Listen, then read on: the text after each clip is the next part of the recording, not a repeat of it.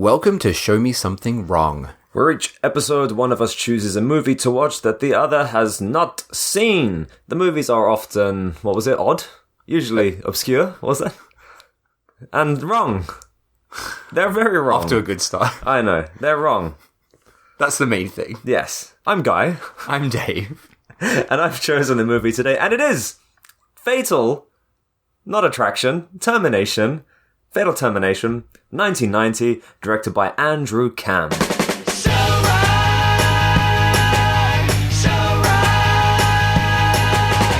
this one from 1990? 1990? I thought it was 89. Right, well, apparently 1990. Who knows? More. Oh, it's 89 minutes. That's probably where the confusion comes in from. Oh, of course. Of course, that old chestnut. So we're back in Hong Kong because we adore Hong Kong cinema. I would say Hong Kong and Japan have the most wrong films. They seem to appear on this podcast quite a lot. Yeah, definitely. Do you know why I thought it was 89? It's set in 1989. There's a title that says 1989. Bastards. That's where I'm getting confused. Right. Yeah. So, we're back in Hong Kong and with another action movie. Because we all know how well the first action movie went. Yeah, Well, every time, or the two times. Is this only the second time we've done an action movie? yeah, because no one cares about them. Yeah, we covered American Hunter. Great which movie. This movie has a connection to. I'm sure you know about that. That's what I said at the end of the last episode. Yeah, I didn't realize it was American Hunter, yeah.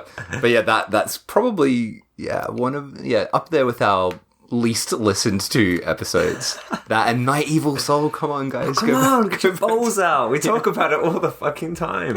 Yes, so it's an action movie which recently got a beautiful restoration re-release by Error 444. So I thought it would be the perfect time to talk about it. And side note on that, the previous Error 444 release we did was our favorite Red Spells Red, which I had on my list and then they released it. And this one I also had on my list and then they announced they were re-releasing it. So I feel like me and Error 444 are in sync. Yeah, what's going on there? I think I should work for them. Yeah. We're on the same wavelengths. So yes, beautiful release by Error 444. Definitely worth checking out. Now, this film, unfortunately, sorry, I feel like I'm starting on a bad note, but it's worth mentioning. It kind of suffers from bad marketing, or it's maybe it's a bit misleading in its marketing. So the synopsis for this film is as follows. A Hong Kong police officer's wife seeks revenge when a ruthless munitions smuggler kidnaps her daughter. Very small part of the film. Which is kind of true. Yeah. But it's not what this film is about. No. However, that is, no matter where you look on the internet, that is what this film's synopsis is. And the cover of this film, or like every release I've seen, really focuses on that character, the mother character. Yeah. Who I would not put in the main characters of this. Oh, I would disagree. But she has the least screen time of the main characters, I would say. I mean, but I feel like that's what's so great about her. She's almost non-existent. She's kind of in the background for the first half of the movie. And then when she does come in to like her element, she's just so incredible. Yeah. I'm not saying she's not good, but has very little screen time to the point that I'm like, I must have been confused that she was in this film. But she's like you said, on all the posters and all the marketing images. Even though that is true, this is kind of, I guess you'd say, a run-of-the-mill Hong Kong crime drama, which there are many, many of, but with a twist. And that twist is what puts this film on our wrong list today.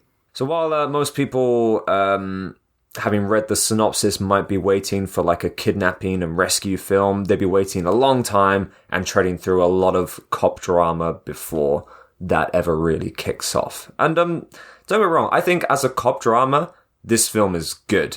It's a good film, but when you go in expecting something and you get something very different, more often than not, you end up disappointed, which I feel like this film suffers from a little bit. Right.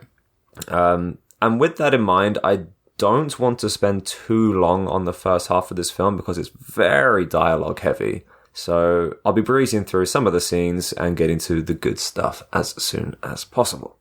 There is some pretty funny stuff in the first half of this, though. Like, the villains in this film are fucking hilarious. Both the foreigner villains. Oh, yeah. And the main kind of, like, cucked customs officer villain is love him. Absolutely hilarious. Yep. I was laughing at almost every scene that he's in. Oh, he enraged me. Yeah. Yes, and, you know, speaking of which, the cast of this is incredible. This has such a fantastic cast. So I'm going to be going through introducing the characters and what they're connected to as they appear on screen. But yeah, jump in anytime, Dave. All right. So, Jammin' opening theme song. The music in this is fucking crazy. I was like, what is this great song? It's really weird. It's not like, it's nothing like I've heard before in this kind of genre as well. It's very weird. And the titles are ridiculous. Yeah. Like that main Fatal Termination title. It's like some weird like black and white stuff. Hideous. Hideous title. When I watched this, I didn't pay any attention to the titles. Like, I mean, as in the people appearing in this movie. I looked at it, I was like, wow, these are gross. And loving the song that plays over the top of it. So I didn't pay attention to actually who's in this movie. So when they appeared on screen, I was like, oh my god! So the opening of this film is extremely confusing. Yes, I would say so.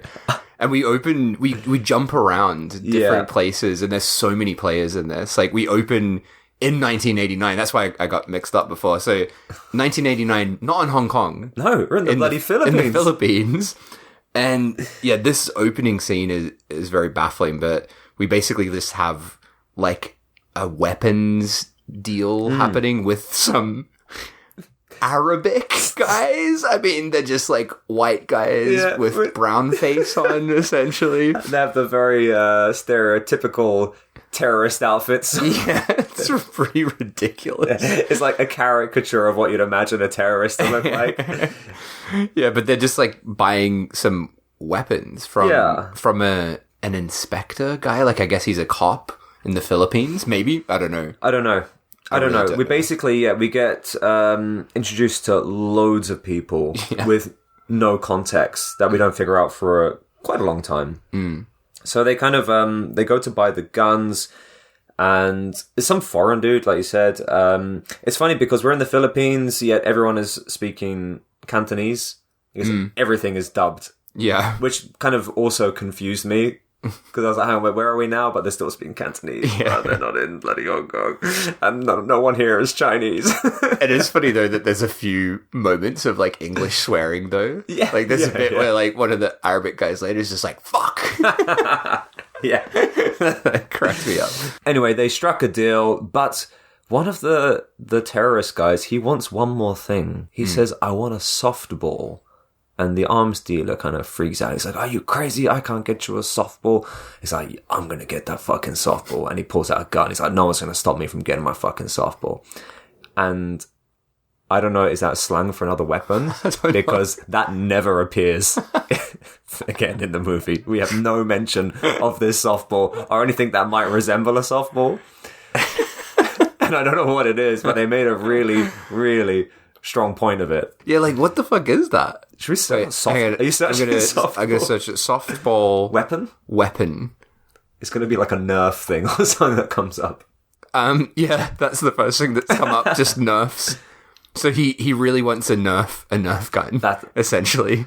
I mean, times are tough in the Philippines. Yeah. No one has any Nerf to play with.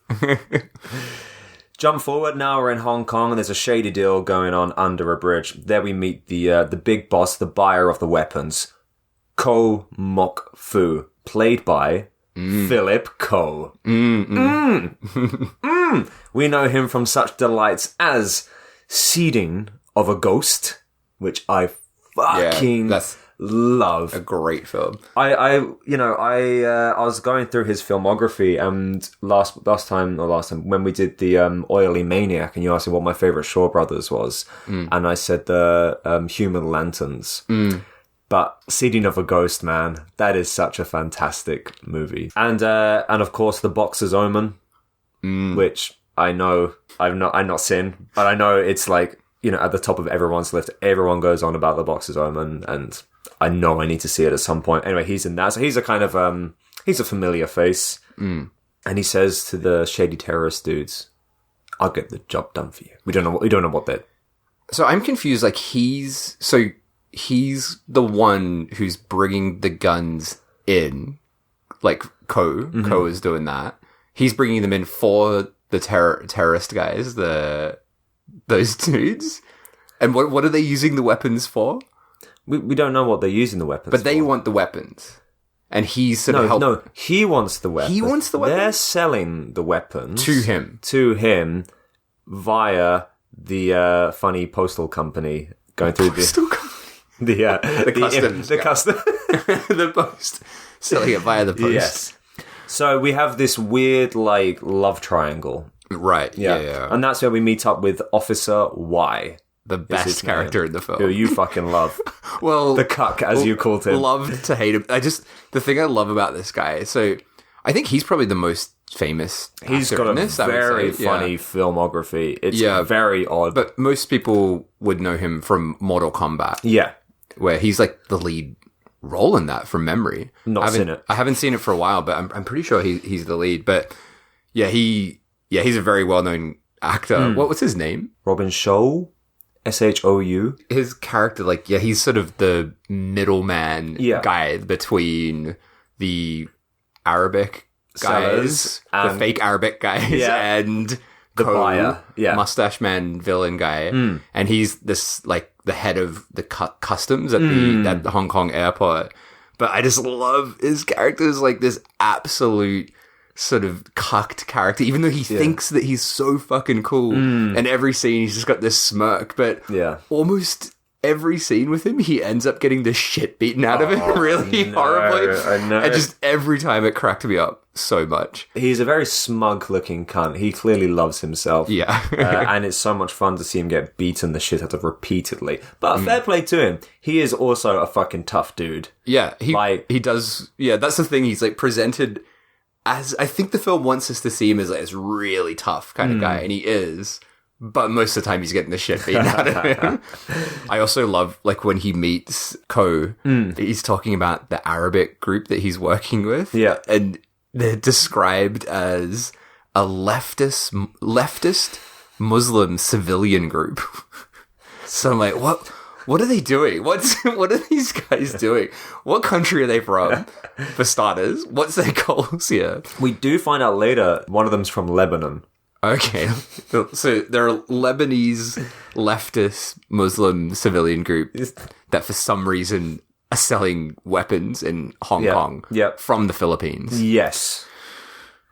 So it's quite convoluted, to say the least. So Ko introduces the two groups. So you got the radical Muslims and I call him the crooked postman, the postal worker, and it's his job to use his inside connections to intercept the package of weapons that are coming into the country. Now, Officer Y, he wants 3 million cash in advance, which he says very, very distinctly. It's like Cantonese, cash. Cash. And they struck a deal. Now, the dirty postman has 2 henchmen, Little Devil and Billy. Yeah. And Little Devil lives up to his name. Yeah. He's a bit of a cunt. And Billy, he doesn't want any part of this, but he's just kind of... He's going on for the ride. He's like, He's just... Yeah. Wait, why does he go along with it? He clearly doesn't want to. I guess his job is at stake or whatever. Yeah, he has to listen to why. But Little Devil is as keen as a bean. That's what they say. Well, that's what you say, at least. And then we meet our heroes of the film, the family. Yan Yan. Yan Yan. With the voice of an adult woman.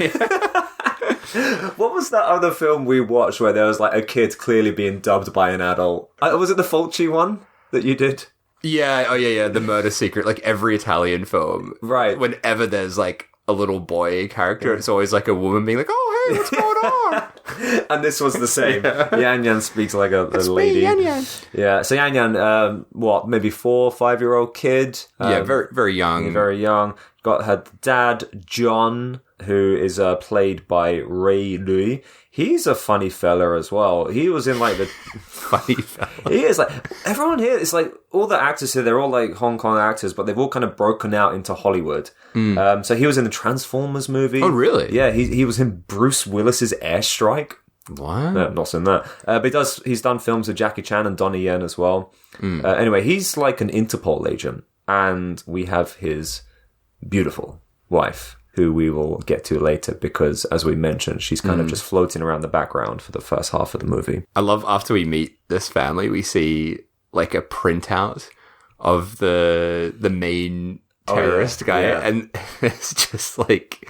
It's just really funny how many typos are on this like official document. Oh, really? Yeah. I didn't even notice that. It's just the first thing I noticed. It says like age, but it's spelled A-E-G. But just almost everything is spelled wrong on it. It's great. I love shit like that. Wow, they tried. Yeah, they tried their best. Cuts to a very distressing coffee making scene. Yeah, that's a fucking strong coffee. Yeah, that's a bleak looking coffee right there. Yeah, and so I was just like, oh my god! So who's going to be drinking that? Well, we have a jar. It looks like an old jam jar or something, which is half full of like instant coffee. And you can see, from off camera, someone just adds a bit of water, like a tiny bit of water, mix it all up. So he's got like a very thick, muddy coffee. Goes to drink it, camera tilts up, and who is it? It's our mate! Fucking Simon Yam! Of course, Dr. Lam, and one of our favourites, Don't Stop My Crazy Love for You. Oh, man. AKA? Stop My Crazy Love for You? AKA? Crazy Love for You? I'm gonna say it. I can't remember. There's so many. Fucking Dr. Lam is in this. Oh man, that was so exciting, and I love here he's not a villain. He's like a classic shitty Hong Kong cop who are always like they're heroes, but you kind of hate him. Yeah, he's kind of a cunt as well. But he's so good at this kind of like sleazy cop character. He's great in this. He's so greasy. It's awesome. He is. He's kind of like he's like the badass of the squad. He likes to bend the rules a bit. He's very casually dressed compared to his co-workers. No one really thinks too high of him, but he's like, I'm gonna get the fucking job done. One thing that really frustrated me in this film is like they give him this big introduction where you're like, oh, here we go. Here's our main hero. That's sort of what it feels like when you meet him here. But he kind of comes and goes from this film. There's like a stretch of this film where I think you don't see him for about half an hour. Right. And I actually thought that I'd missed something and he died in a scene or something. Right. But he's very like... Yeah, it feels like he was only on the shoot for like a couple of days or something. Yeah, I think that is one of the faults of this movie. They squash too much in. There's way so many characters, so many subplots, and it's just like it is. And especially trying to just figure out this weird love triangle here with the sellers and the smugglers and the buyers. It's a lot to wrap your head around. Plus all the other subplots that they write in. It's a lot. It's too much. But I'm just happy Simon Yam's here. We love Simon Yam. We do. And I like the way like no one in the office really respects him. He pops his head out of his door and he's just like, he calls out to the receptionist, hey, get me like the paper. She's like, get it yourself.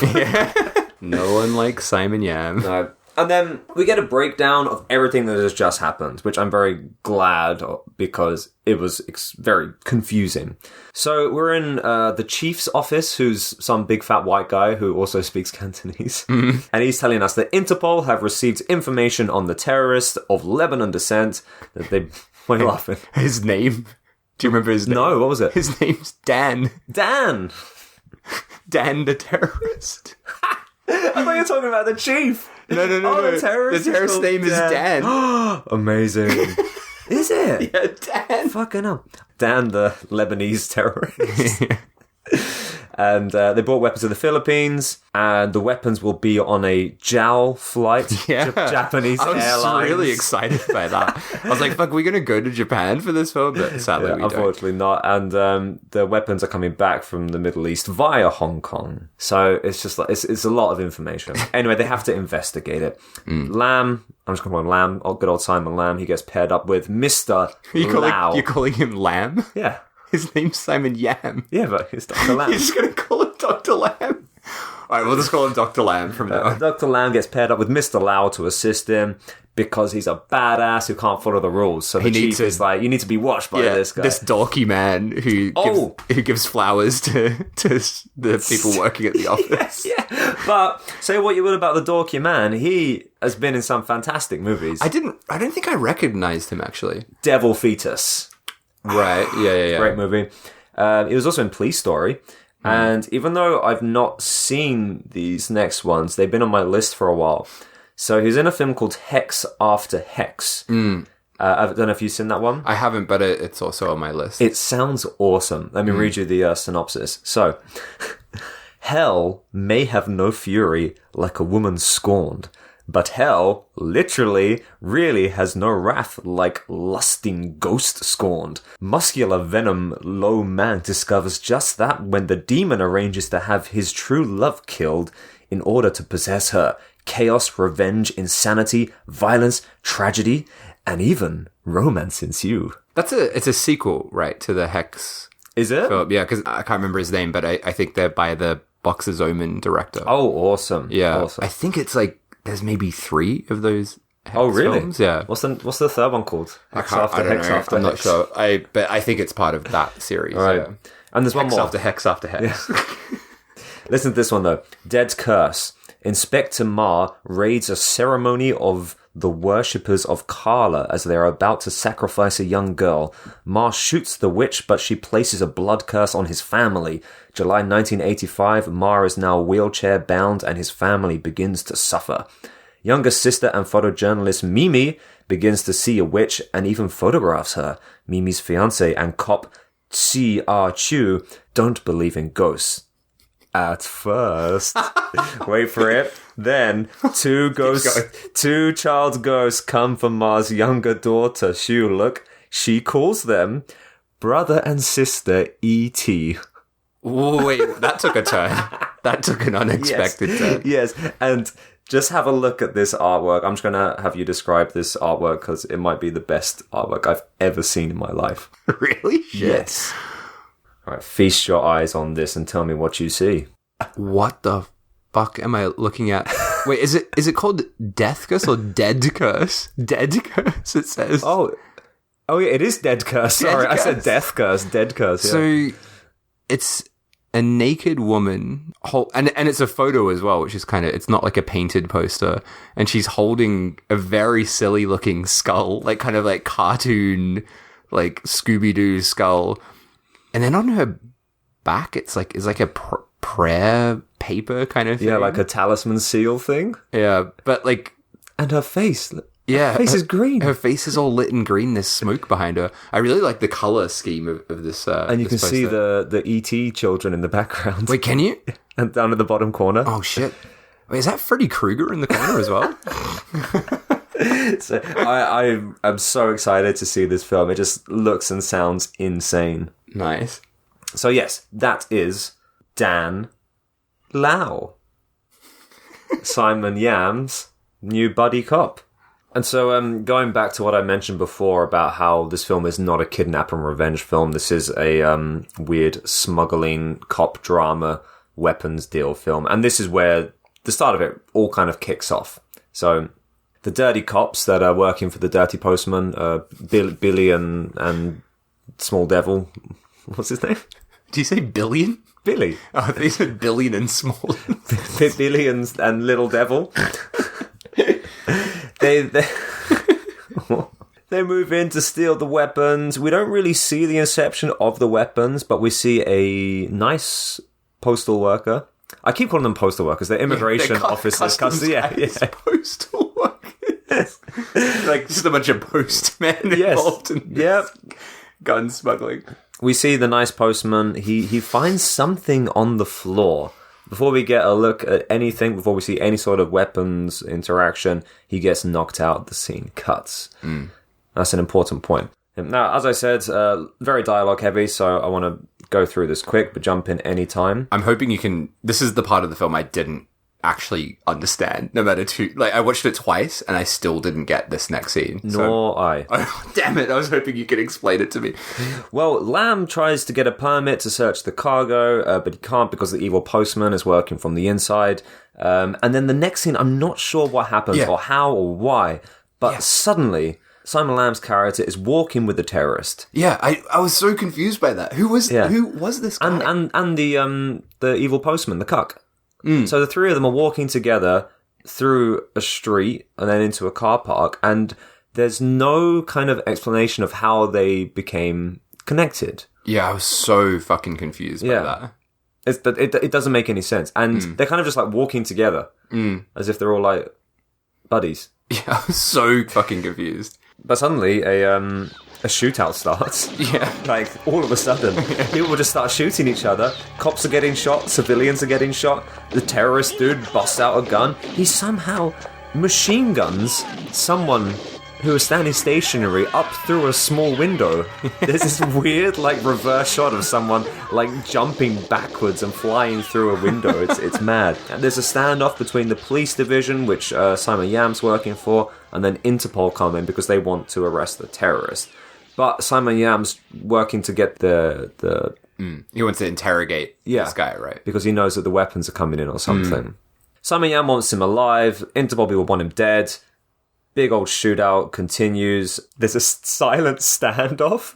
And suddenly one of the female officers just shouts, "Fire!" It all continues again. Everyone gets fucking shot. So many people die.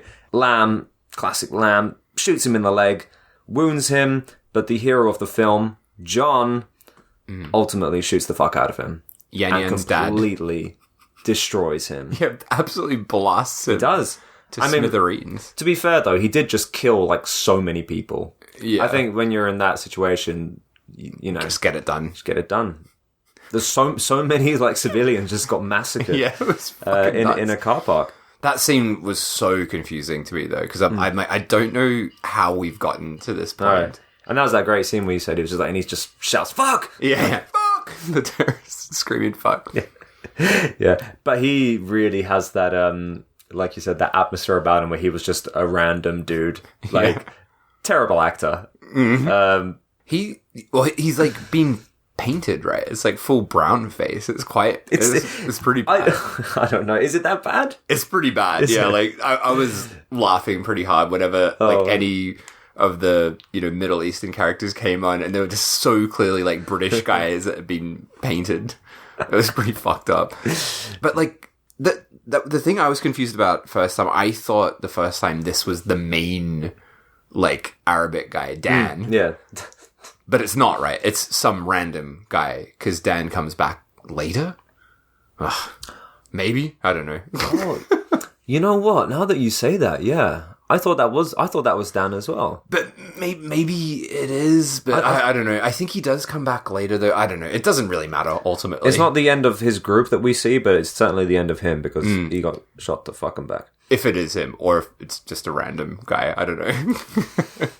So, terrorist is dead. Lamb starts going through his possessions and finds an order for towels and weird things, toiletries, which he figures is where the actual weapons are being stashed, because why would a terrorist be walking around with a receipt, a customs form for towels? So he's like, right, something's fishy, gotta go investigate it. So he goes to the what do you call it? It's like a warehouse with all these like crates and stuff. Where all like the custom stuff is coming in. And he finds the box with the correct code in it, opens it up, and it's just stuffed bears. Bloody pandas. Pandas. So he knows something is wrong. Why are there pandas where there should be towels? Something is off. That should be the tagline for this film. Why are there pandas where there should be towels? I want that on a t-shirt. Oh, we can custom make that. I can imagine like seeing a tourist who can't speak English wearing a shirt that says that. Could that be like show me something wrong official merch? Oh, that'd be great. Why? Just our faces and that. No mention of the podcast name anywhere on it. Just you doing a thinking face. Good question. Yeah. I love this bit though. So like after he's checked this, a guy runs in. Is this the nice postman comes in? Yeah. And he doesn't know what Lamb's doing here. He doesn't realize that he's a cop, I guess.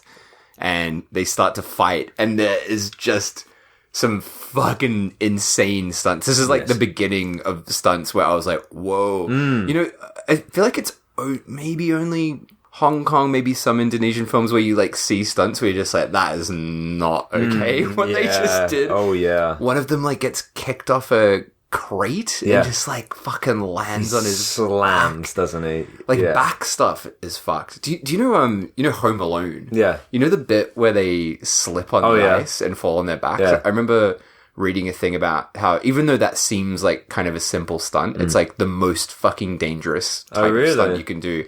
Anything where you're like landing on your back, there's a limit of how much you can protect yourself in that situation. So yeah, there's a lot of stunts in this where I'm like, that's some back cracking shit right here. I also love this because I've never seen Simon Yam do any sort of martial arts or any sort of like choreographed fighting scenes. Yeah, and he fucking kicks ass in this. It was great, and it was like a full on. I mean, I'm not going to go into specifics. It was like some mad kung fu stuff. Everyone was like jumping and fighting, kicking, backflipping, and I didn't know Simon Yam could fight. I guess like a lot of the guys from his generation, but especially the generation before, right? They were trained in like everything. So like acting, and it was just like army. Expected that they had to have all those abilities. Amazing. And also really funny because we're in a customs immigration center, yet all the staff know kung fu. It's like everyone in this film, regardless of who they are, what they do, they're all fucking amazing fighters, which true. I love. Yeah. It's like, oh, here comes the postman. He's fucking backflipping. Unfortunately, he gets overpowered, and because he doesn't have a warrant to search the crates, he gets in deep shit with the boss. But he's onto something. He knows that the weapons were replaced by toys, so someone must be working from the inside. So who does he go to? Our mate, Why the Cuck. Why the Cuck. Officer Why the Cuck. And I loved it because he goes straight and he goes, explain this. The crooked cop, Why the Cuck, he gets immediately defensive. Yeah, because he's a guilty cunt. Yeah. He's guilty as fuck. And he's just like, I'm going to sue you for these accusations. And it's just so over the top, which is also such a stereotype of Hong Kong cinema. It goes from 0 to 100 in an instant. Yeah. I love it. I'm going to sue you. But our mate Dan Lau, he's like, all right, guys. Let's just take a breather here. Fact is fact. There's something fishy about this order, so we need to investigate it. I love though, as you say, he goes from 0 to 100 and then back down to 0 again. Because he's like, what's his name? Lau is like, someone must be involved. It might not be you. Yeah. And then Silly Why is like, oh yeah, it's probably this guy. Yeah.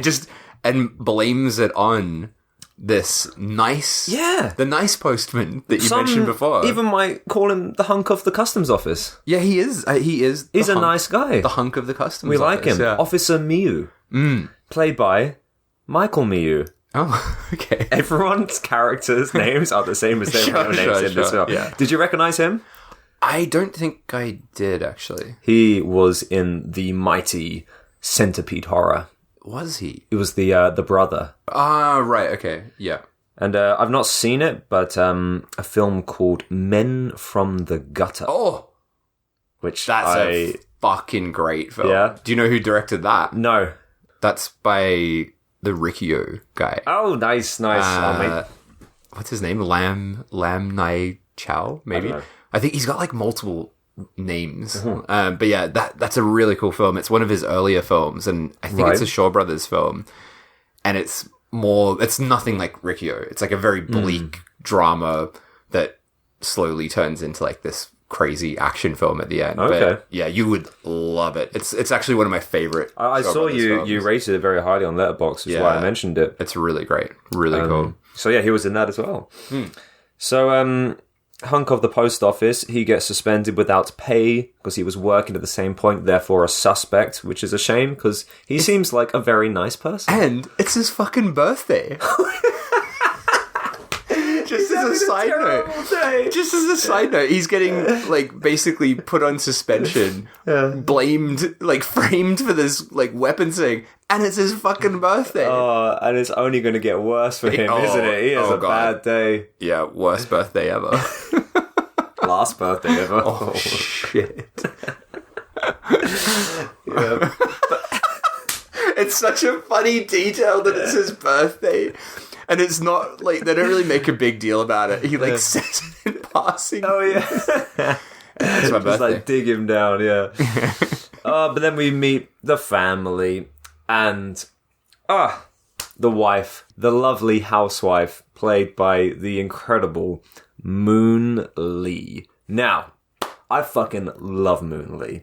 She became famous in the girls with guns genre. So kind of sexy girls fighting, blasting people. And she was always paired with Yukari Oshima, who was Japanese martial arts actress. I think she only actually did one Japanese film. All of her films were like Hong Kong and Philippine cinema. Now, she's in Rikyo, right? She is in Rikyo. Yeah. She's, although she plays a male character, she's the one of the bosses of the Gang of Four, the very effeminate one. Those two as a combo is always so incredible. Like, you know you're in for a good time when you have a Moon Lee and Yukari Oshima combo. And even though it's like different genres, it's kind of like, I almost pair them together with, you know, in the Pinky Violence genre, when you have Ikereiko and Miki Sugimoto. Whenever you have those two in a Pinky Violence film, you know you're in for a good time. And these two are like the same, but of the kind of girls with guns genre. And they're just incredible. And their choreography in any of their movies is just so much fun. I highly recommend watching any of their co-starring films. But Moon Lee, as a individual, not with her partner Yukari Oshima, her most famous film is that Mr. Vampire film, where she plays Ting Ting. Yeah. And I've actually got another film of hers on this list, which is called The Nocturnal Demon, which is fucking incredible. Nice. Also completely fucked. Okay. So she always plays a kind of badass, very like heavily armed, kicks the shit out of everyone, but also she has a fantastic innocence to her. She's got a very like young, cute face, right? But she can kick the shit out of anyone.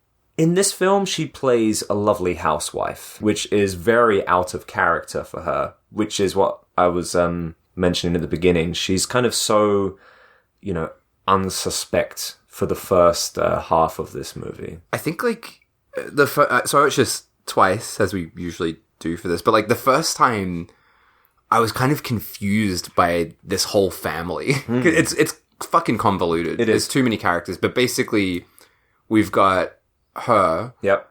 And her character is just called Moon, right? Yeah. Her actual name. And then John, her husband, who's the Interpol guy. So they're both Interpol agents, right? She also works for Interpol. Is it? I think so, yeah. Because we see her in that scene shooting the terrorists as well. Really? I just thought she was a housewife, because we never see her do anything apart from play with Yang Yang. But first time I thought she was just a housewife. Then second time I was like, oh, she's an agent as well. Right. But I could be wrong. But that was my feeling that I got in it. But anyway, the main thing is you've got that couple. Yep. You've got Yan Yan, their daughter. And then very fucking confusingly, this is what, it's just so fucking overly connected and convoluted. So this Miyu guy, the nice postman, as you called him, he is... Now, this is what I don't know. He's the brother of Moon? Yeah. Okay, but it's very confusing because fucking John calls him his brother relentlessly. Yeah. So I'm like, wait, are they all fucking related? Weird, incestuous. But, I mean, pretty classic, like, Hong Kong stuff as well, like dropping brother and uncle constantly. But they're all connected. Yeah. Which is very confusing. There's way too many fucking characters in this film. Yeah, but Officer Miyu, the nice postman, has come over to lament about his troubles at the customs place. And I love John, the Interpol cop, is like on the typewriter writing a report about the shooting incident. And he's like hating every second of it. So eventually the crooked postman has the weapons in a storage unit, so they've been brought into the country and he's keeping them safe by the docks. But the investigation has got him worried, and all of a sudden, 3 million is just not enough. Now he wants 10 million. He's 10 million. He's such a cunt, this guy. Like, where does he get off just, like, demanding that? So he has a meeting with Ko, and he's just like, nah, it's not enough. I need 10 million. And a fight immediately breaks out. Turns out, this cuck is a fucking badass, and he kicks the shit out of everyone. Until a gun gets fucking put in his mouth. Oh, yeah. And it's just, like, this is the beginning of him getting humiliated in front of people. So, like, Ko is just, like, got this gun in his mouth, just ready to blast. Oh, yeah. It's just so funny. But it's funny because, like, they're both as stubborn as each other. So Ko's like, no, you're going to get me my fucking weapons. And even, like, you know, he has a gun in his mouth, and for a minute, the cuck lets up.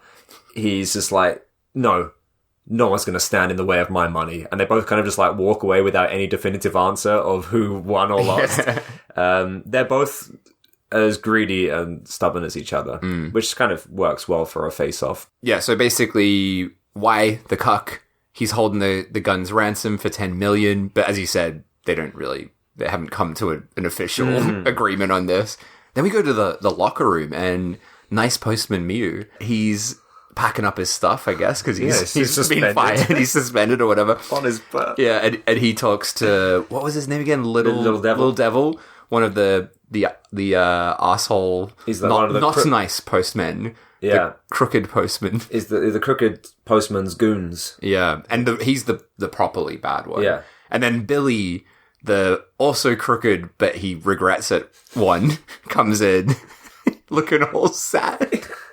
And while they're in this locker room in the shower, Little Devil, something drops out of his locker, and it's one of the crate locks that we saw earlier in the film when nice postman Miu got knocked out. Yeah, he remembers seeing it.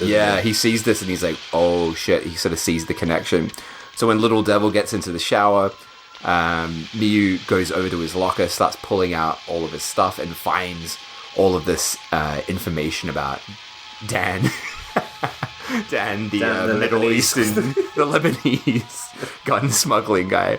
So Miu walks out with the stolen documents, and Little Devil calls up why the cuck, explains what's going on, but why he's got this ability to, like, turn everything around in some positive way. So he's just like, oh, this is great. Like, I can kill two birds with one stone and get Ko to kill nice guy Miu, basically. And that wipes him out, wipes that problem out, and yeah, there we go. He doesn't give a shit. He doesn't. So then the chase scene opens up. I mean, this Miu, he's having a terrible birthday. Worst fucking birthday. So he's at home. The bad guys, Ko's henchmen, they bust in, chase him up to the roof. Oh, this is so amazing. Holy shit. But he's, like, on this rooftop, like, hanging from the antenna. And at this point, I thought he was possibly the hero of the film. Because at first I'm like, okay, Simon Yam is... Oh, wait, no. It must be this guy. But he's not. Because in this scene, as you see him hanging from the roof, he fucking falls. He does. And it is an amazing stunt where he falls off this roof through a sign and just, like, smashes. 4 stories high. Yeah, it's fucked up.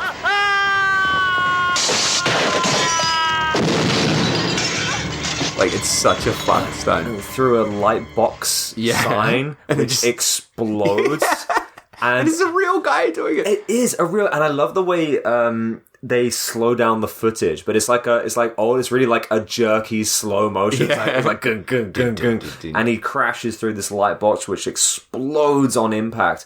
Obviously, this is a real person. As he's falling, depending on how you would hit that light box, that would change your velocity and the angle in which you're falling at. That is an incredibly dangerous stunt. Yeah, it's nuts.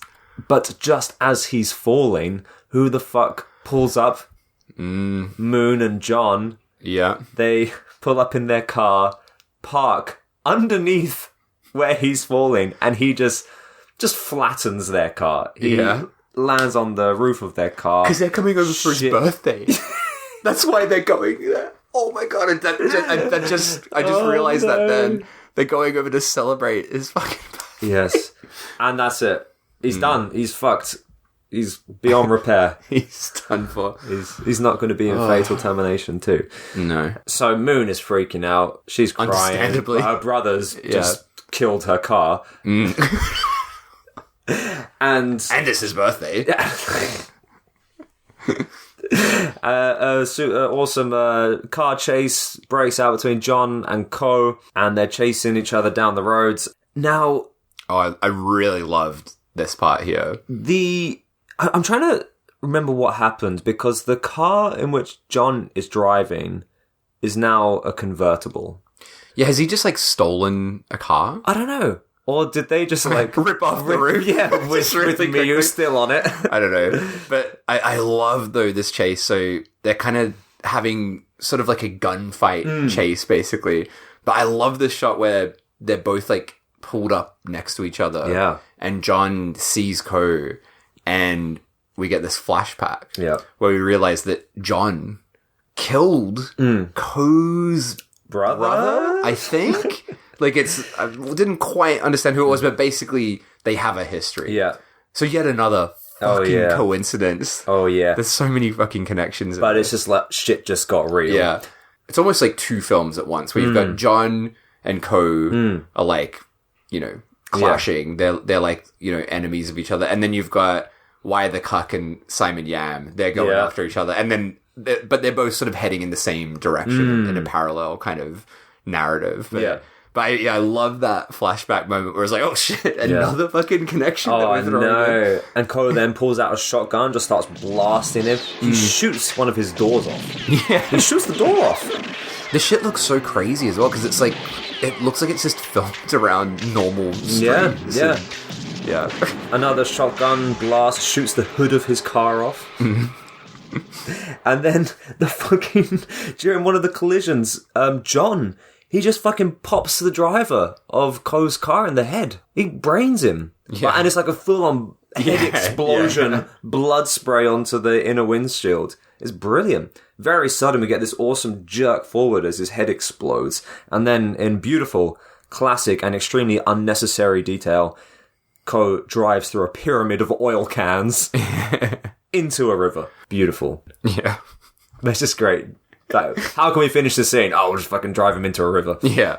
And it's clear Ko's not actually dead, but there are so many moments in this. There's maybe 3 or 4 scenes where he escapes what would be certain death for anybody else, but this is the first of those. Yeah. He's like the nemesis, isn't he? Like, he's John's nemesis. Yeah, he just can never... He's always chasing him, always trying to kill him. He never dies. Then we have quite a hilarious scene with Billy, the guilt-ridden, crooked postman. So the cuck calls him into the office, and he's like, you know, what's happening?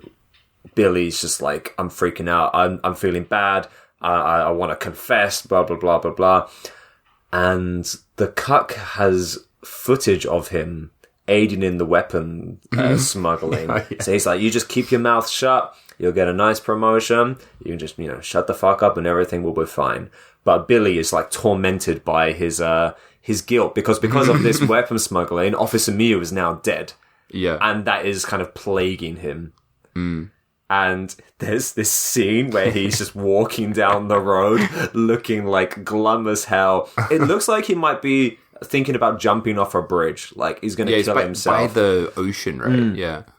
And then he kind of like walks in front of a taxi, and the taxi driver gets out. He's like, "Are you fucking crazy? I just fucking finished paying off this taxi. Don't be so..." And he just rips the door off. Yeah, with his bare hands, just rips this door off. And but again, like without any expression in his face, he just looks like a miserable old fart, ripping doors off, and then like glumly walking down the road again. The taxi driver's like, "What?" So good. Cut back to the evil postman doing an exchange with a group of terrorists. Now, what does he want? Oh yeah, like he is really digging himself in deep here. He's got his deal with Ko, where he's demanded now 10 million from 3 million. Now he's hanging out with the Middle Eastern gun smuggling guys, and he's trying to cut a deal with them. And this is fucking crazy what he does here. So he's got some balls. He's demanding 20 million, and they're like, fuck off. And then a fight just breaks out where he kills one of them. With his own gun. Yeah, just shoots him, kills him, but gets away with it. And they're just like, all right, we'll give you 20 million. Dude, he's walking a thin line. Oh, yeah, truly bonkers. And then the whole time, because he's such a greedy cunt and he's so smug the whole time that I was like, I'm just waiting for his death. So bad. It was extreme. I know you said it was so funny to watch, but he was also he's so annoying. Hateable. Like, he's such a pile of shit. He's kind of perfect for this role. Like, his stupid, like, haircut and his stupid glasses and his suits. And he just looks like he fucking loves the smells of his own farts. That you're just waiting for him to die. He's a real little weasel, isn't he? Yeah. A real rotten little weasel. So then we're at Officer Mew's funeral. Everyone's very upset, especially Billy, who is just, as you said before, racked with guilt.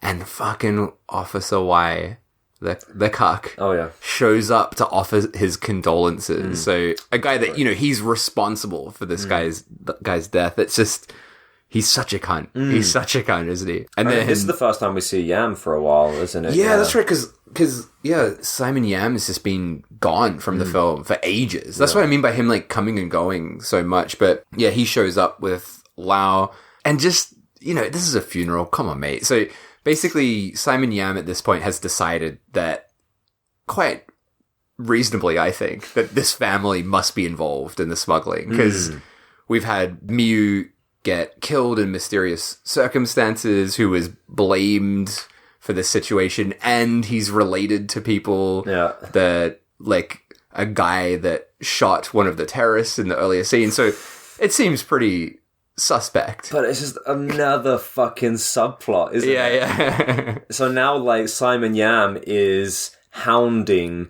John and Moon, because he's like, I know you're behind your brother's murder. I'm gonna find you. I'm gonna get you.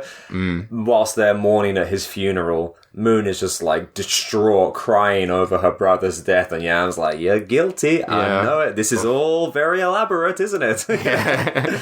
He is also a massive dick in this film. Oh yeah, he's a big dick. And then, like, so this fight between all of them is breaking out at the funeral, and then Billy just loses it and starts freaking out. And then John realizes, okay, Billy knows something's going on, so he starts to demand to know what Billy knows. And of course, Wyatt gets involved because he's panicked about having his secret revealed to everybody. Then Billy eventually just breaks down, says that he knows nothing, starts crying, punches a grave, punches a gravestone in a rage. Did you do that? And it's like a bloody punch. He punches it so hard, he's all bloodied up. Punches a grave.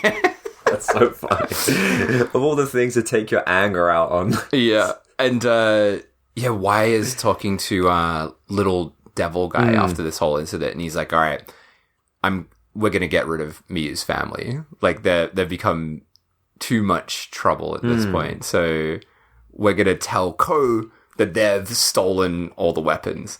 What a cunt. He's such a cunt. Fucking. Just waiting for him to get fucking killed. Oh, God. Now, Simon Yam is spying on the cuck of the post office, right? Yeah. And he's kind of like... cuck of the post office. He's on the other side of the street, held up with some binoculars, listening in on the phone, watching him, and he overhears them agree to meet the following day with the 20 mil. Meanwhile, Simon Yam does a bit of extra spying. We get a bit of a weird, pervy spying with the binoculars through some lady's window. Yeah. It's, like, really odd. Yeah. He just starts spying on this lady changing, and she starts, like, waving and winking to him, and he's like, oh.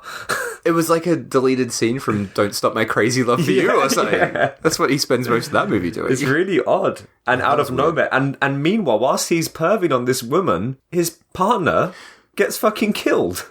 Oh, is that what happens? Yeah. So whilst he's having a little wank under the table, Officer Dan Lau gets killed. Wait, really? Yeah. By who? We don't know. But then because it's very dark and he's in the shadows. But then that person goes after Yam, tries to kill him with the cheese wire, and eventually throws him out of the fucking window of like a 3-story high building. Luckily, he lands in the swimming pool, but still. Okay, this has helped me understand stuff, kind of. This was another scene that I was totally confused by. Because you know how I said I thought that Simon Yam dies? Because I'm pretty sure we don't see him for about 30 minutes. Right. So I'm like, I guess he just died. Okay. Well, we'll see. But like, I don't, I feel like it's a long time before we see him again. I could be wrong. But yeah, that scene really confused me. I did not understand what was going on. Maybe he was just in the swimming pool for the next day. Yeah, just having a little swim. Yeah. Having a little frolic. Oh, don't get me started on that. But I love this next bit so much where, Officer Wire the cuck meets Ko in a sauna. Oh, yeah. And he's like blackmailing him again. Like, oh my God, man, chill out. And Ko just beats the fucking shit out of Wire. And I love that shot. He's like holding him over the like burning rocks in the sauna. Like his face is like just about to touch it. And you can see the sweat pouring off of him. It's so great. And then his phone rings, Wire's phone rings, and he answers and pretends. It's sort of like it's like a fake thing, right? Where he's pretending that John and Moon have stolen the guns. Yes. And he's doing this in front of Ko. Yeah. So Ko thinks that this is a real thing that's happening. What a prick. I did love how he was like trying to blackmail him even further. He's like, I might accidentally let something slip to the police and maybe I'll get a medal for it, but 10 million will keep my mouth shut. And like Ko just immediately fucking freaks out. Yeah. As like, you slimy little cunt. Yeah. And there's only so many times you can push someone's buttons, getting more money out of them before they kick the shit out of you again. So meanwhile, John breaks a confession out of Billy and he finally cracks and he lets slip. It was the little devil. He's in on it and he's responsible for the brother's death. They chase him down on a bridge. There's a lot of bridge stuff in this movie, isn't there?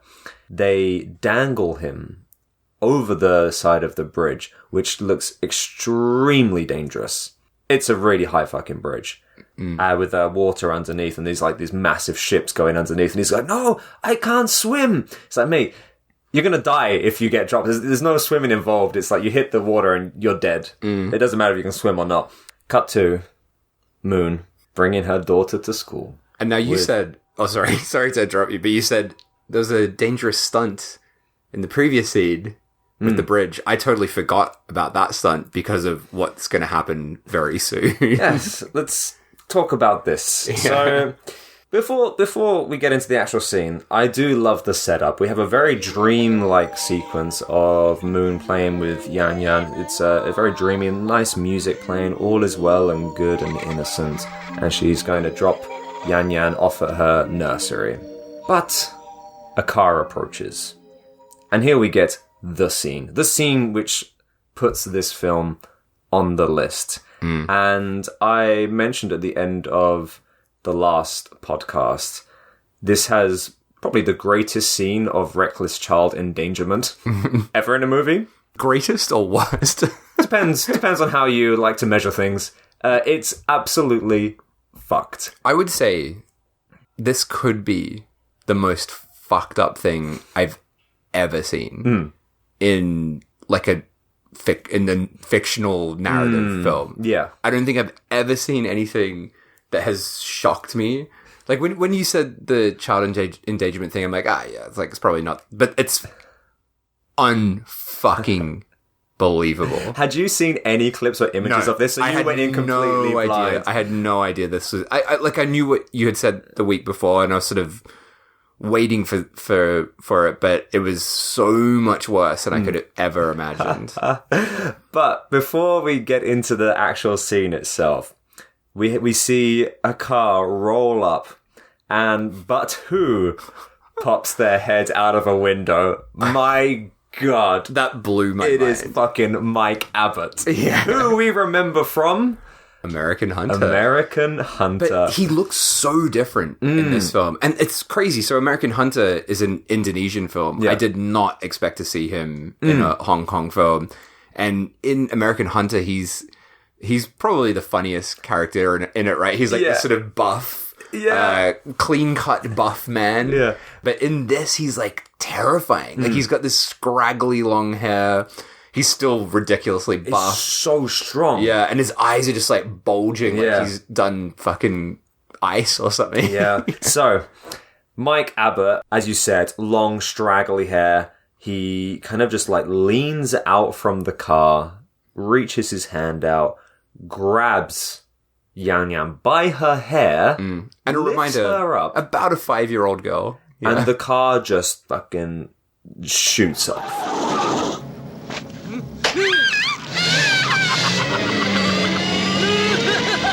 We have a car driving down the road with a man leaning out of it with his hand holding a 5-year-old kid by her hair as a car zooms down a road and we have little Yan Yan's legs flailing around maniacally. Yeah.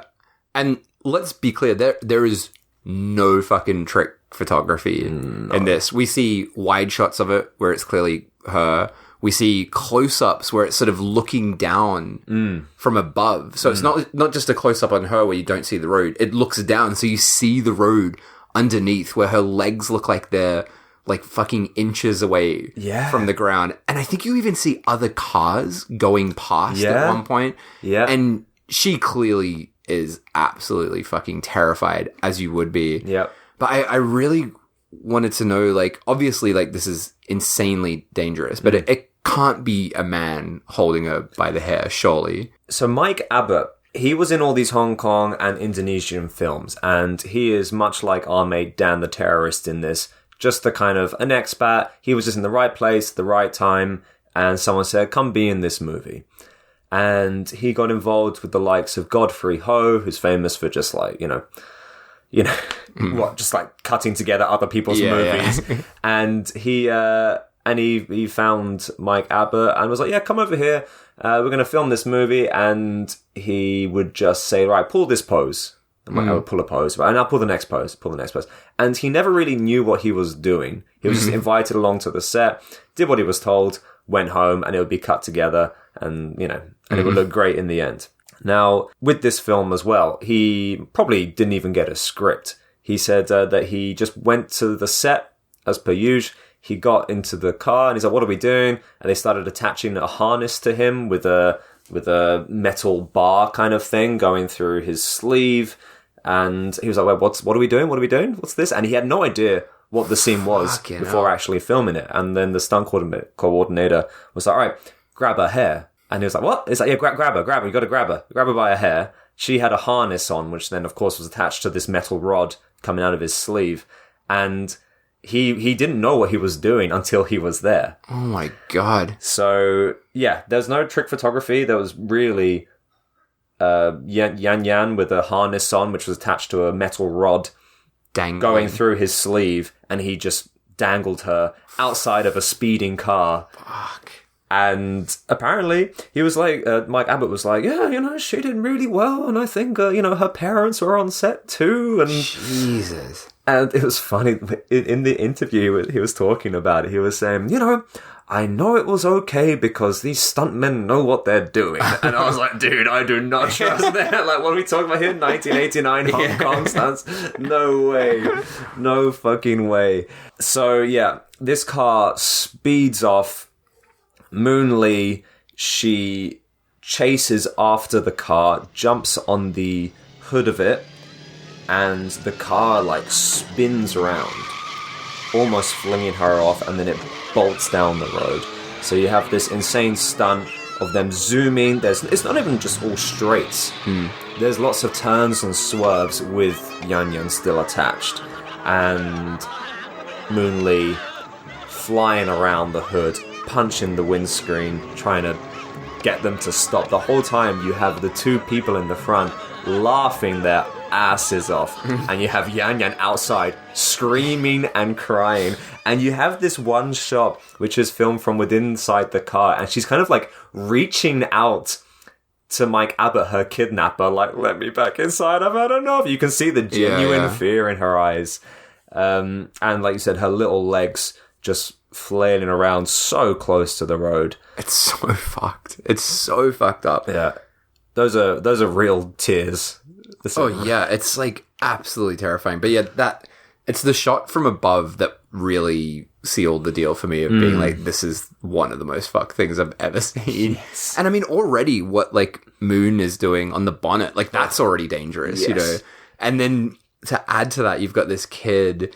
And as you say, it's like, it's not just driving in a straight line. They're kind of swerving about. So she's just getting flung about all over the place. Yep. Eventually, Moonlee busts the windscreen open. She managed to, I think she grabs the tie of one of them, pulls it taut, punches him, knocks him out, knocks another guy out. All of a sudden, no one's driving. Yeah. No one's fucking driving. So my Abbott, he pulls the handbrake. The handbrake, which sends everyone flying. Except him. And luckily Yang Yan's still alright. He's managed to hold on to her, like, with that sudden stop. Yeah. Whew. Another thing about this scene, so apparently the stunt coordinator was saying, like, we had to gain the girl's trust first and foremost. I was like, dude, she's fucking 4 years old. She doesn't know what you're doing. And apparently they tried many different methods. And who said, but somehow they didn't work well. So I dread to think what they were trying or how they tried them, how they knew it didn't work well. But they made this tiny harness for her, iron bar through the sleeve. And apparently they were working on this stunt for about a week, like in a warehouse. And they were saying, you know, they had to really take into consideration all the different, like, the swerves and the turns, because that affects everything, you know, where the impact comes in from. And they invited the parents to the set, like, before they filmed, and they said, this is what we're going to do. And the stunt coordinator was like, you know, we had to show them so they knew it would be all right and that she was safe. And I'm like, fucking hell. I would not be given the okay if that was my kid. Fucking way. This could have gone so horribly wrong. Like, this could have been another Twilight Zone incident. You know, it is unbelievable. Shocking. I was like, I genuinely felt sick watching it. Like, it's not, like, it's a lot of the stunts in this, you're like, oh shit, that was fucking crazy, that guy falling through. But this stunt is just like, this, what the fuck? What are you doing? Yeah. What are you doing? You've got, 4 or 5 year old kid dangling like inches away from a ground that's just blasting by. And oh my God. I know we went out last night and I very, very briefly spoke to your partner Tyner about it. And she was just like, oh my fucking God, that scene. But we didn't have time to talk. Did she say much about it? Oh, she walked in for that scene. Oh, like, right. When I was watching that scene. And she was like, her jaw like dropped. But it wasn't the kind of like, wow kind of jaw dropping. It was like, what the fuck? Like, what the fuck is this? Just... You can't look away from it, but it's also just, it's so shocking. So shocking. I'm trying that today. Oh, fuck. Well, yeah, it would just never happen. And as you said as well, like, you know, like that Mike Abbott guy talking about trusting stuntmen and stuff. It's like, well, mate, you know, I've heard so many stories about stunts going wrong on Hong Kong productions. There's that one of like Chow Yun-fat getting set on fire. I can't remember what film it is, but there's a film where he's on fire and and it was real. Like, he was actually getting burnt and it got like terrible burns from it. And you can see it in the scene, the panic on his face. And this is an adult man who's agreed to do it. You can't do that to a kid. They can't give their consent to do a scene like this. And if just one thing went wrong, that is like instant death. Funny thing. Do you know what Mike Abbott does for a profession? No. Children's entertainer. Really? Yeah. Well, like now? Yeah. He's like, I love kids. What is he? So he's on the interview for that? Yeah, which is an extra on this Blu-ray. How does he look these days? He's still a big muscle boy? I mean, he's an old fella, but he's still pretty well built. But he talked about, you know, just being in the right place at the right time. He just like hopping countries, hopping jobs. And he said, you know, he never wanted to, or never looked to be in movies. He just happened to be sitting next to someone. They said, come along for this. He did Hong Kong stuff first, and then did some Indonesian stuff a little bit later, which American Hunter. And he said he always played the villain, and more often than not, he always died. and that was just his kind of career. But he says how much he loves children, and children love him, and he's a great children's entertainer. Wow. Well, he certainly didn't entertain this child in this scene. Funny enough. So the girl who played Yan Yan, she'd been in a handful of films, but nothing since '93. So I guess she had enough. She did a bit of child acting. I thought, yeah, maybe this isn't for me. I do wonder how she feels about this movie now. Yeah. And it having a restoration and release. Can you imagine? God. So have some PTSD watching this scene. hell, yeah. I imagine, yeah. Do you remember she's mom? Hey, I was in a movie once. Have a look Want at to check this. it out? Yeah. Yeah, she's like blocked it from her memory, sees it again, starts freaking out. I wonder if she ever like confronted her parents about this. Like, why the fuck would you say that this was okay? Because that'd be a reason to just like never speak to your parents again. You put me in such insane danger when I was 4 years old. Absolutely, yeah. Like, if I found out later that my parents put me in that situation when I was just a kid, I'd be livid. Traumatic. But not the worst thing that happens to Yan Yan in this movie. Narratively speaking, yeah. Well, that's the other thing. Like, she goes through all of this, Yeah. and then, goddamn, what this film. Oh, yeah, fuck this. It's so Hong Kong, isn't it? I know. They just don't give a fuck. So they find the weapons. They're in a shipping container, right? Which is a great place. A great place for a movie set. I love on the docks of the shipping containers. Good. It's always fantastic. A fight breaks out on these shipping containers. Little Devil pushes a cop off one of them, which is like 2 stories high, and like you said before, lands on his back, which looks so painful. Isn't that Billy that gets knocked off? I think it is. Yeah. It's so fucked. It's like, yeah, again, like, that looks like some back-breaking shit. Yeah. It's a really high kind of spot that he falls from.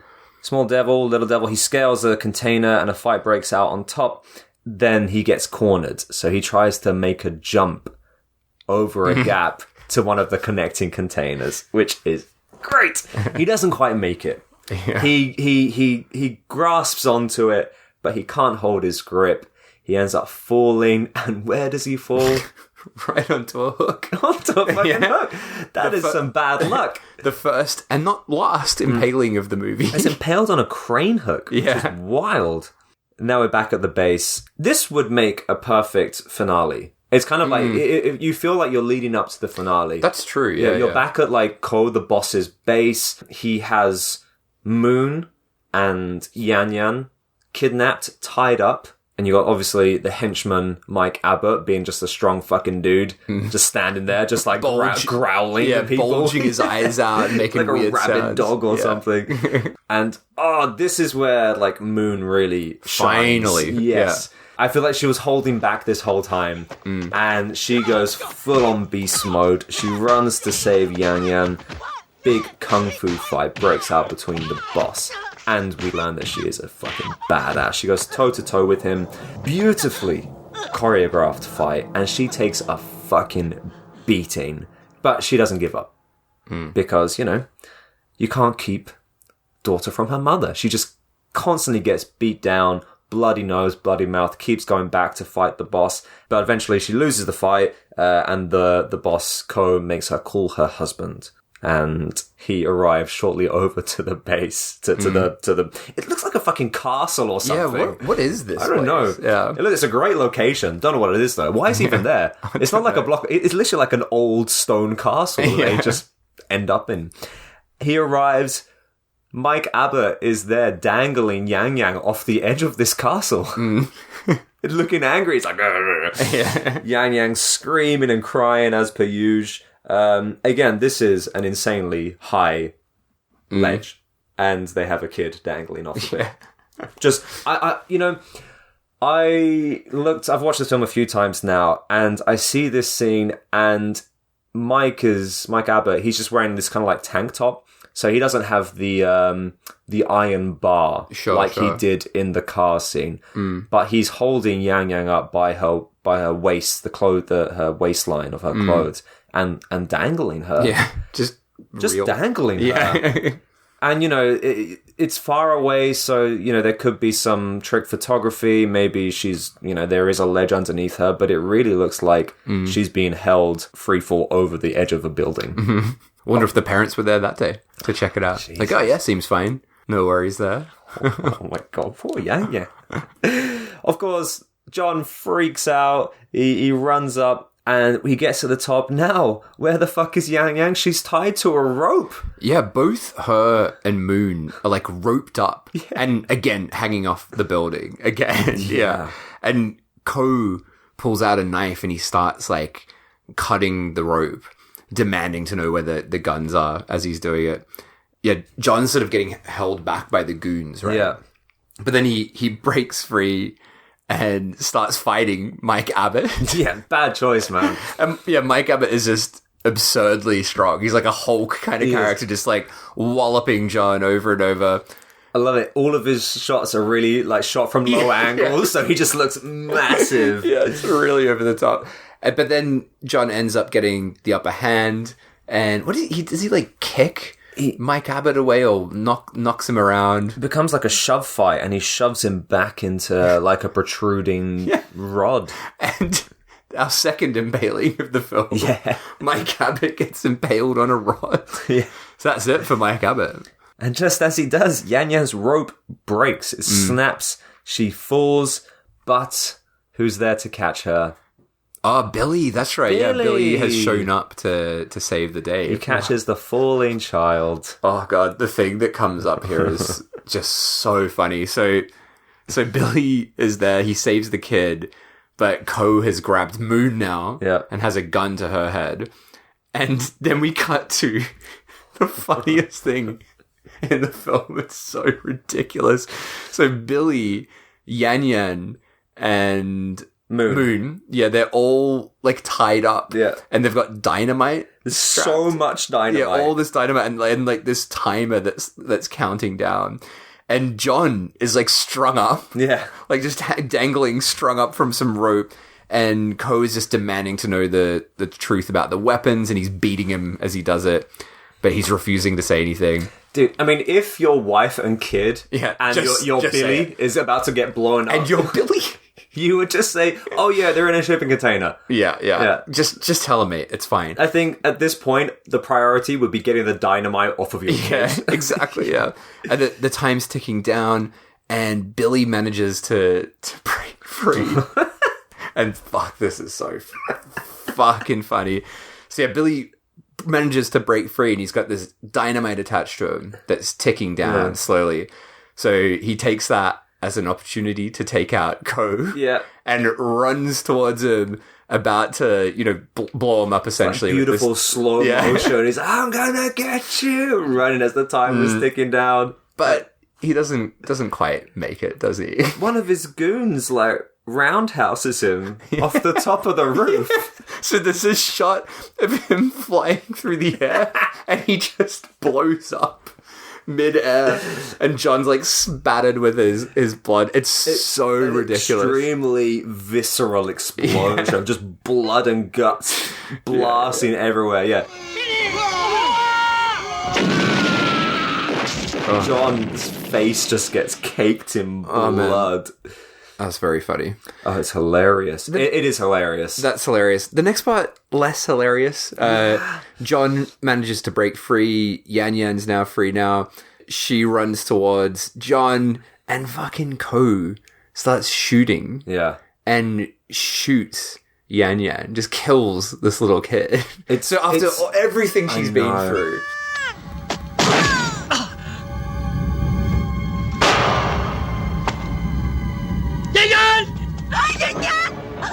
It's one of those things, like, so he's shooting, John grabs one of the goons, uses him as a body shield, and Ko blasts one of his goons full. He realizes he can't get to John, turns and fucking blasts Yan Yan, and shoots her in the chest. Yeah.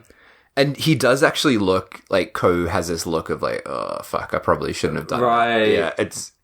Yeah, I gasped when I saw this. I literally, I was like, because he fucking shot Yan Yan. And it's not just a shot. She goes flying through the air. Yeah.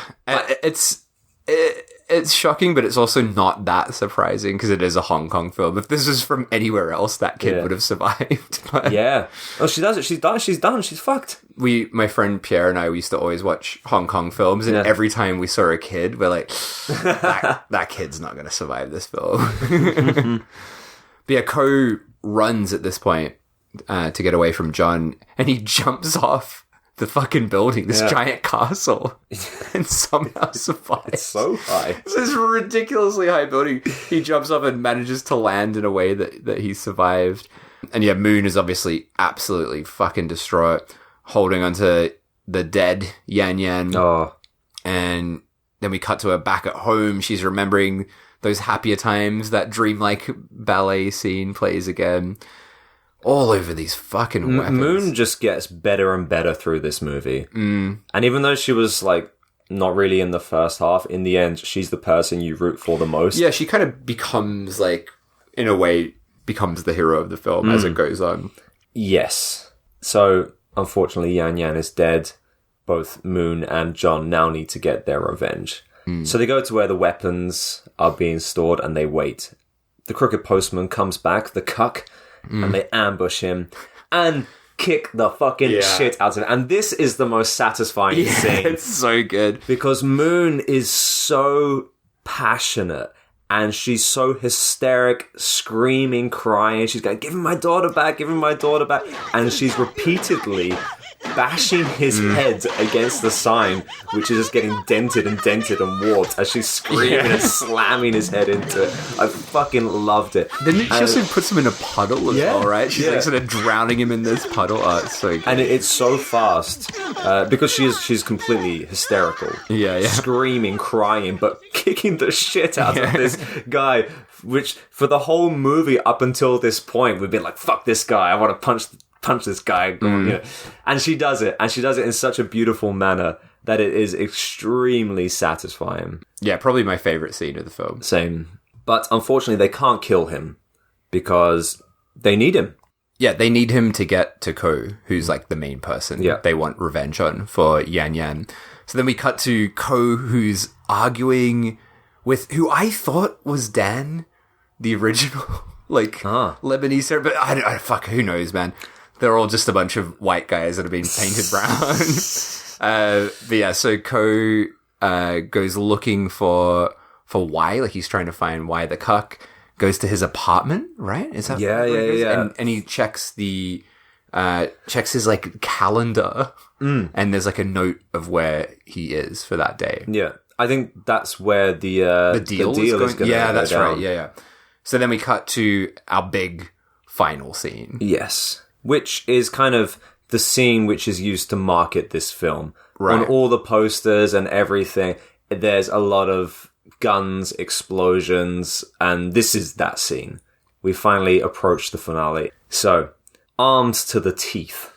Yeah. Like, armed to the fucking teeth. John and Moon are in a, what would you call it? It's like some fucking barren land or something. Out in the fucking wilderness somewhere, but like, very barren, as you say. Yeah. But it's like all of these subplots and all these weird, like, you know, I call them love triangles. No one's getting loved, but the weird, like, weapon exchange, buying and selling, and that everything comes together. All the different teams and groups and people, everyone comes together at this point. And there's this great kind of scene where people are getting ready. So you have Ko up on the mounds with an assault rifle, like sniper or something. You have Moon. She's taping together machine gun rounds. And I was like, hang on, isn't she like a fucking stay-at-home mum? Just taping rounds together to reload quicker. We get some awesome music playing to build suspension before it kicks off. Terrorists turn up for the guns. And all of a sudden. And then also, we finally fucking see Simon Yam again. Yeah. So this is the first time we've seen him since he fell in a fucking pool. That's true. So now it makes sense why I fucking thought he was dead. Because we see him fall into a fucking pool and not get out. And I just assumed that he was dead. But then, no, he's there in a helicopter. Yeah. So he's jumping in a helicopter to head off to save the day, I guess. I don't know. He's chasing down the crooked postman, isn't he? Yeah, he's very focused on him. Yeah. I think I don't know. But yeah, that's his key focus, yeah. Everyone has, like, a different motive to be there. So Ko's there to get his guns. Yeah. Moon and John are there to kill Ko. Simon Yam is there to get the postman. Arrest Y. The terrorists are there to buy or have something. a fun time. Yeah, I don't know. But it all kind of, like, comes down to this point. It's like a big old showdown. Ko, watching from the mound, realizes that Y has double-crossed him. And then he's just like, I'm gonna kill you all. Just starts blasting off rounds. And from there, it all just kicks off. Yeah. Everyone's out to kill each other. So, Moonlee, dual-wielding these machine guns, now just starts shooting and screaming whilst Ko is driving in a car. She somehow gets shot in the leg because he's got a gun, like, shooting out from the window. John's thrroing fucking grenades everywhere. Just like an endless supply of grenades. Him and Y are both, like, throwing grenades, like, willy-nilly. And Y takes out a bazooka. He's got a bazooka. Yes. And then while this is all happening, Simon Yam flies down and he gets his, like, he's got an assault rifle gun. Thing, yeah. That was such a cool shot because it's, like, actually Simon Yam in a helicopter firing a fucking gun down at people. Yes. It is Explosion Central. And it is so satisfying. It's so primal. Just like, I'm just going to just watch shit blow up for the next 10 minutes. And that's all it is. You see people drive around in this weird, wasteland. Yeah. Shit just blows up. People get shot. People scream. It's fantastic. And it goes on for a very, very long time. I love how Simon Yam's in that helicopter coming down and he's chasing Y and just like shooting around him. Yes. Sort of Yosemite Sam style around his feet and stuff like that. And the helicopters are just so close to the actors as well. It's amazing. There is a great scene with the helicopters after a bunch of grenades blow up. And as you said, they're flying so low. And the blades of the helicopters like swoop up the smoke from the grenades. And they kind of like, they whirl around. It's so beautiful. There's one scene which I thought was fucking incredible in this. One shot, sorry. So, you have Y, the crooked postman. Someone throws a grenade at him and he's stationary. He's just standing there like blasting rounds. And he, stationary, jumps up onto the roof of the car. And literally seconds after he leaves the ground, this grenade blows up underneath him. And it's so fast. Like, if it was mistimed, even by a split second, he would have blown off a foot or something. Jesus It is Christ. a really amazing stunt. So... Gotta trust those stunt coordinators in Hong Kong. Mike Abbott and Yang Yan's parents do. So a car chase ensues. There's like a game of chicken now. So you have now 3 cars. Yeah. You've got John and Moon, you've got Ko, and you've got Y, and 2 helicopters. All trying to kill each other. Moon and John, they fucking swoop around and drive towards the other 2 cars. Shooting and blasting stuff. Moon manages to shoot Ko. He takes a shot to the chest, then she blows out his tires, and in glorious fashion, he flies off the edge of like some ravine or something. The car blowing up. Blows up! As it does. Yes! But at this point I was like, that's kind of a boring death for him. Right. It's not very personal that he's just like flying off a cliff and blowing up. But, I mean, fucking John. I think John's a bit of an idiot. He's like, he's dead! Yeah. And Moon is just like, there's a lovely sorrow to her face because even though she's killed the guy who killed Yang Yan, you'd expect her to kind of celebrate, but she kind of just like slumps back into the car in like complete sadness because it doesn't bring her back. Yeah. But then, as you said, he survives anything. he's a fucking He's in a ninja. Car flew off a cliff and blew up, and he's managed to survive it. So, yeah, Ko comes crawling back from the cliff, all sort of like a bit burnt, and John, assuming that he's dead, is already walking away from him. Idiot. Yeah, Ko has his gun, shoots John, but luckily Moon is there to sort shit out, and she just absolutely blasts the fucking shit out of Ko, just over and over and over, just squibs everywhere, screaming as she does it. And I loved that shot. There's a shot of Ko where he's like, blood's coming out of his mouth, and he's sort of laughing. He's like as he's like dying. It's fucking amazing.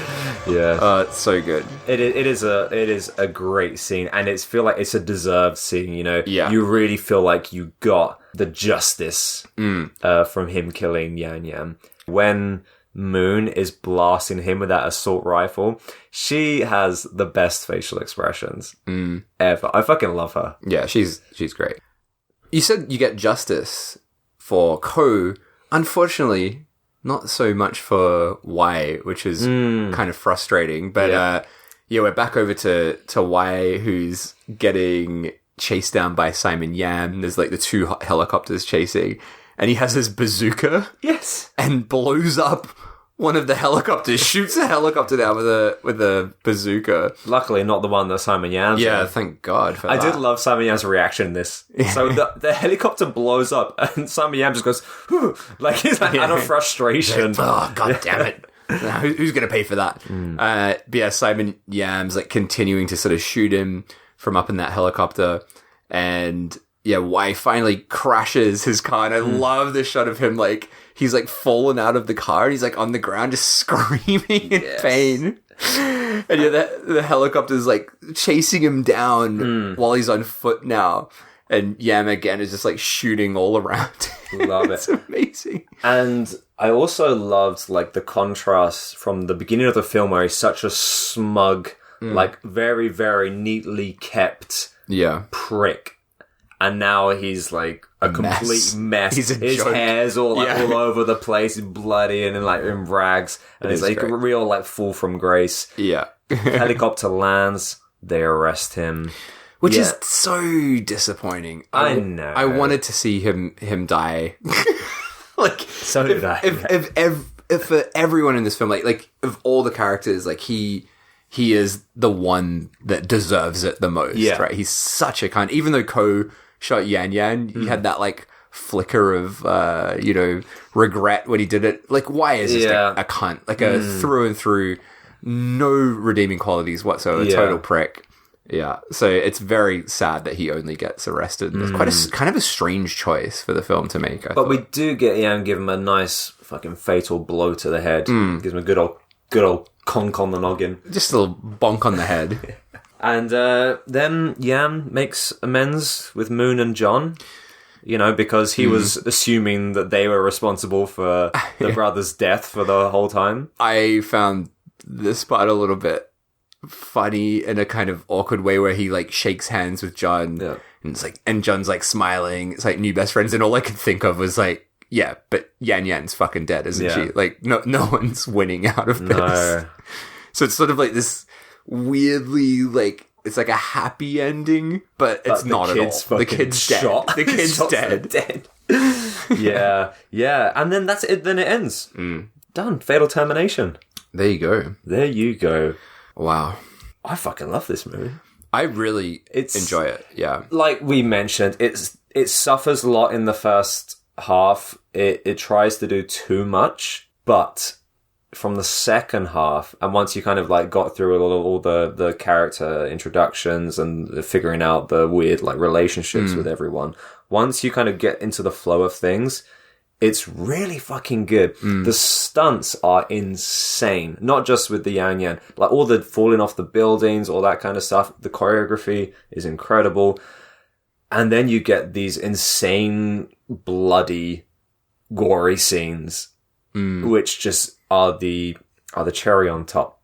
I would also say as well, like a lot of Hong Kong action, especially of this kind of budget. So I'm not talking about John Woo stuff, but like a lot of films in this budget area, this genre, they do take a while to get to the action. So for me, it wasn't all that frustrating to watch. Right. And I think we've got a lot of good stuff peppered in throughout. Yeah. My biggest complaint with this film is like, it's just too much. Like there's just too much. Like first time I watched it, I'm like, I don't really know who anybody was. And then second time, I'm like, okay, now it makes sense. That there's just too many characters. Yeah. But yeah, like once it all sort of falls into place, the last kind of half of this film is pretty fucking amazing. Like it's basically 40 minutes of amazing action in that last part. Basically from the point of that absolutely fuck stunt with Yan Yan, the film just skyrockets to like this new level. It really does.